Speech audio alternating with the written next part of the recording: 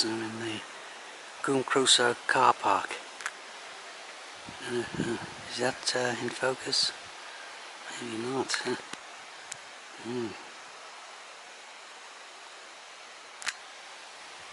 Yeah, this is the car park. I'm going to climb the Welsh Matterhorn. Okay, I'm in the little village of Croesaw, where's the start point for climbing the Welsh Matterhorn. And that's the Welsh Matterhorn over there.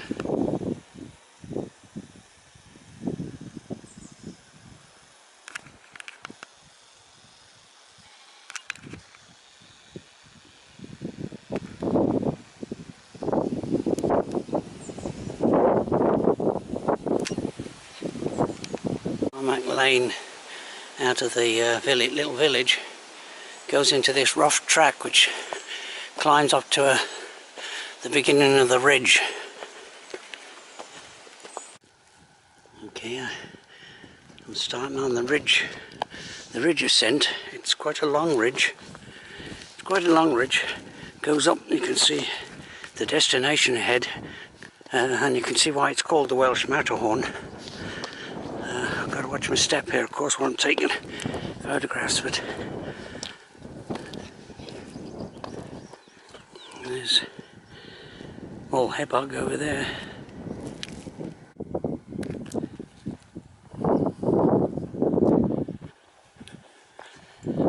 There's the destination ahead. Well, he will gradually get closer.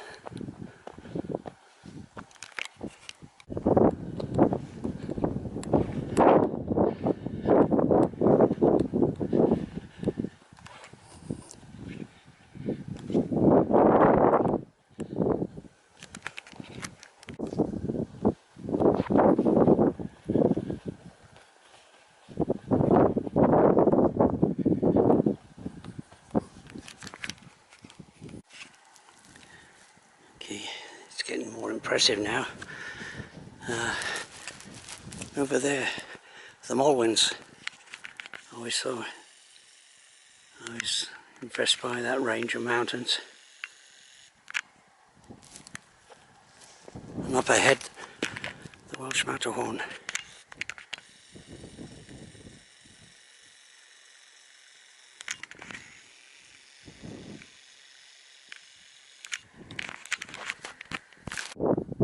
See that track that runs gradually up the side of the mountain. I may come down that track, but I think I'll descend to the bottom of the valley, Cnicht Valley down there, when later on. You can see that the Welsh Matterhorn is actually the high point at the end of that long ridge. So of course it's on the other side, it's just the end of the ridge, but this side it's imposing. Now I have got a piece of sponge on the microphone, so whether that helps with the wind noise. Welsh Matterhorn is definitely getting closer. There's the ridge that leads up to the summit. And over there you can see the Snowdon range, Snowdon and Llwyd to the right.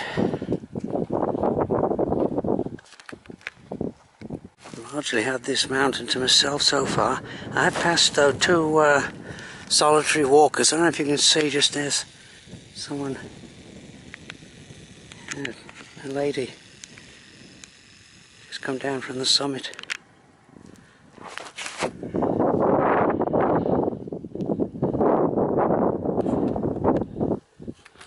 Just past another couple, but I've mainly got this mountain to myself. There's the Cnicht Valley, I'm well above that now, and Mulwyn Mawr, and there's the summit of, still ahead, maybe 500 or 600 feet to go in ascent.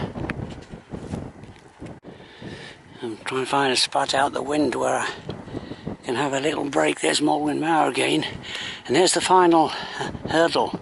It's the crux of the climb, because the steep well, at least 400 foot to the summit from this grassy col here. But the wind's picked up and the temperatures have dropped, so you've got more of a mountain feel now. And there's some nice little lakes down there. The RV lakes, I think they're called. Snowdon. Some cloud has formed on the top of Snowdon.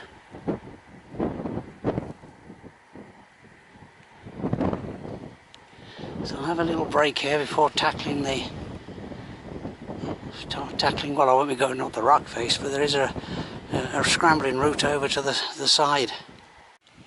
You can hear the wind whistling around those rocks, so it's going to be pretty breezy up there. Well, that's typical of mountains.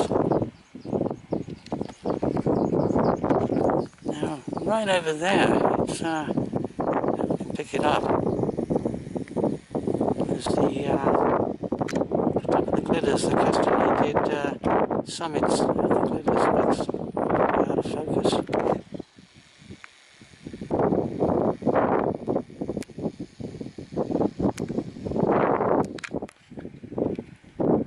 The wind was whistling over the ridge, which was kind of creates a bit of a balance problem. But the summit is just here. Yeah, there's the ridge that carries on. I'm going along there for a little way, and then see if I can descend down to the bottom of the Crowsey Valley.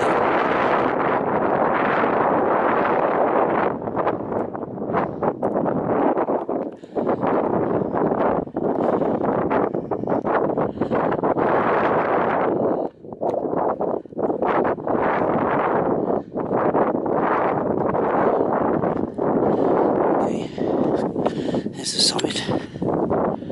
There's a proper mountain walk, this, with the conditions, and you have the atmosphere along with it. And there's Mulwyn Mower over there. That's about 250 feet higher than the Welsh Matterhorn. Down there is Crowsey somewhere. I'm there, just about 10 feet above me. Slightly out the wind here, so you may not have been here where I said there's the ridge. You can see the Welsh Matterhorn is the high point on the end of this ridge. Over there's Mulshabad.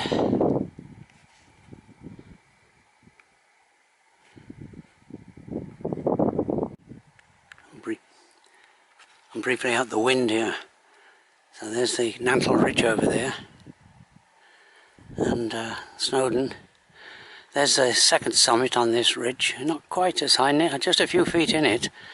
And I'll take that trail there, which avoids the summit, and then try and go. Now, I think I'm going to go way the long. It's a straightforward.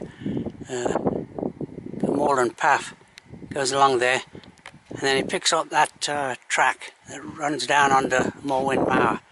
That track originally serviced the quarries that are over there.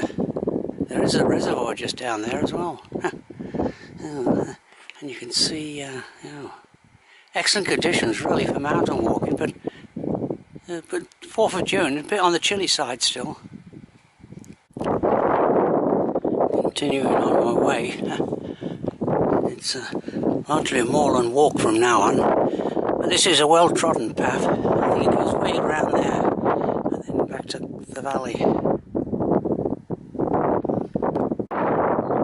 Unfortunately, I've lost that piece of sponge to cover the microphone. There's Mulwyn Mower. Unfortunately, again, I'm walking away from where I parked the car, so all this I've got to retrace. I presume it's been years since I last did this walk, so I presume I'm going to go around there and back, make a big horseshoe.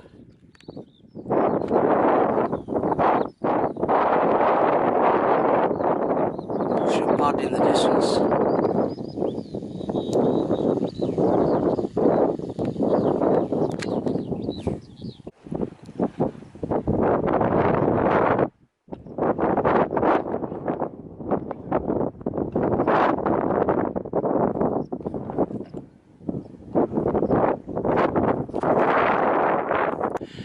Yes, the last time I came up here must have been at least 10 years ago.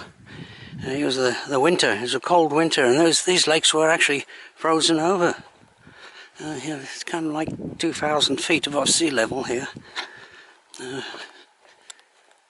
Well, and I'm just, I think the path goes around there somewhere in a big horseshoe. So I've got quite a long walk, but it's easy walking. I'll just try out the telescopic on this. I think I can see some people on the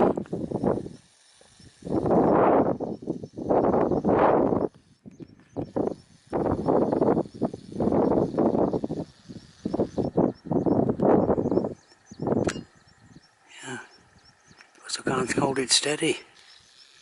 No, I think it's not people, it's a trig stone. Oh well. That's kind of equivalent to binoculars, 20 times magnification. The Welsh Matterhorn ridge is back there. But someone has kindly put a cairn marker here, showing that this is where the path leaves the ridge and goes over there, follows around, and there's a good Morwen Mawr, you know, an impressive mountain. Yeah, that's really, yeah, no problem. Really, it's going pretty well. I've got this whole place to myself. It's excellent scenery. There's the Matterhorn, but of course, not so. It looks different from this side.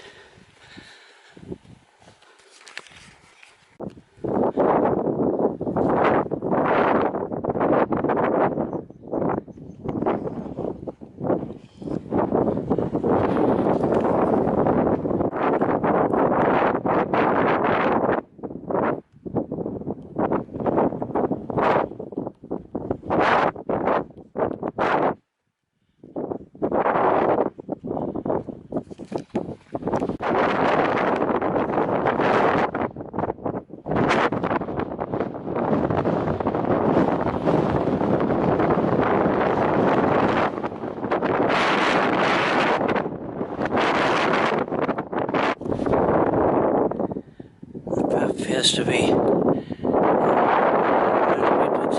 went through those rocks, and it's kind of appears to be thinning out of it. I'm going in the right direction. Lost the path again, but I don't know if you can hear me because of the wind. But still, it's straightforward. I just head for those quarries over there, and that's where the track descends down back to the car.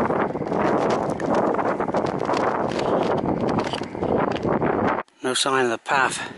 I lost it a little way back, or quite a way back. And there's some buildings down there, the old buildings. Morwen Mawr. But no sign of the path anywhere.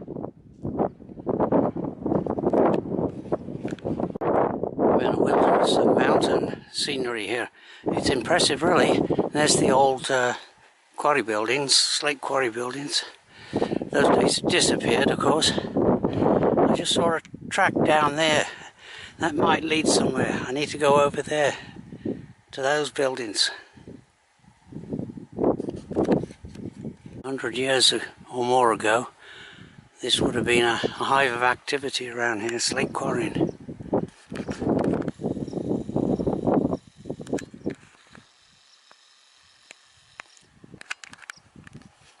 Just go over to that building there and have another break. I've been going for some time to reach this spot. I'll reach this building. There's a star there, public right of way. Alright, there. See where it leads.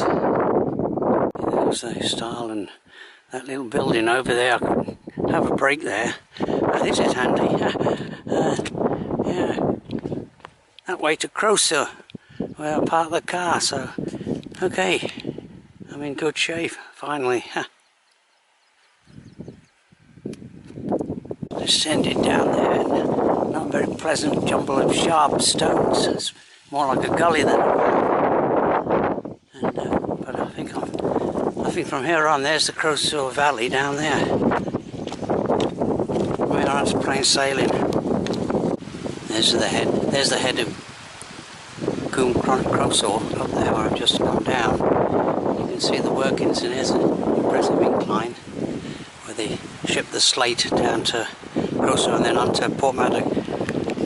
And that's nice. I mean, that's the first tree I've seen for some, 2 or 3 hours.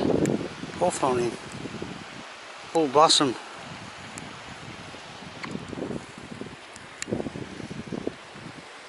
Here's another one. Lower down, the blossom, the spring blossom is finished. But up here, higher in the wilderness, the flower later.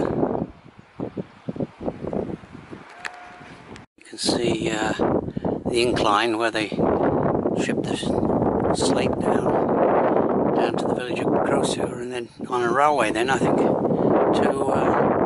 Porthmadog. That's the Welsh Matterhorn. And there's the ridge I climbed up.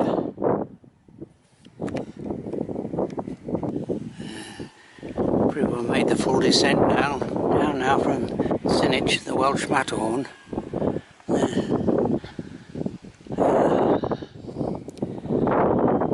There's the first habitations. Okay, this is where there's there's a footpath. I just came down there, the lower track, but that's a track that I'd not prefer to have come down. It's a nice grady track all the way up to the top.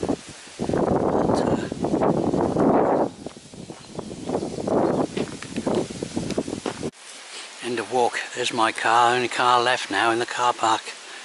I've been going for over 5 hours. It's about, it's gone 8 o'clock in the evening, but it wasn't too bad. Probably the most strenuous walk I've done though for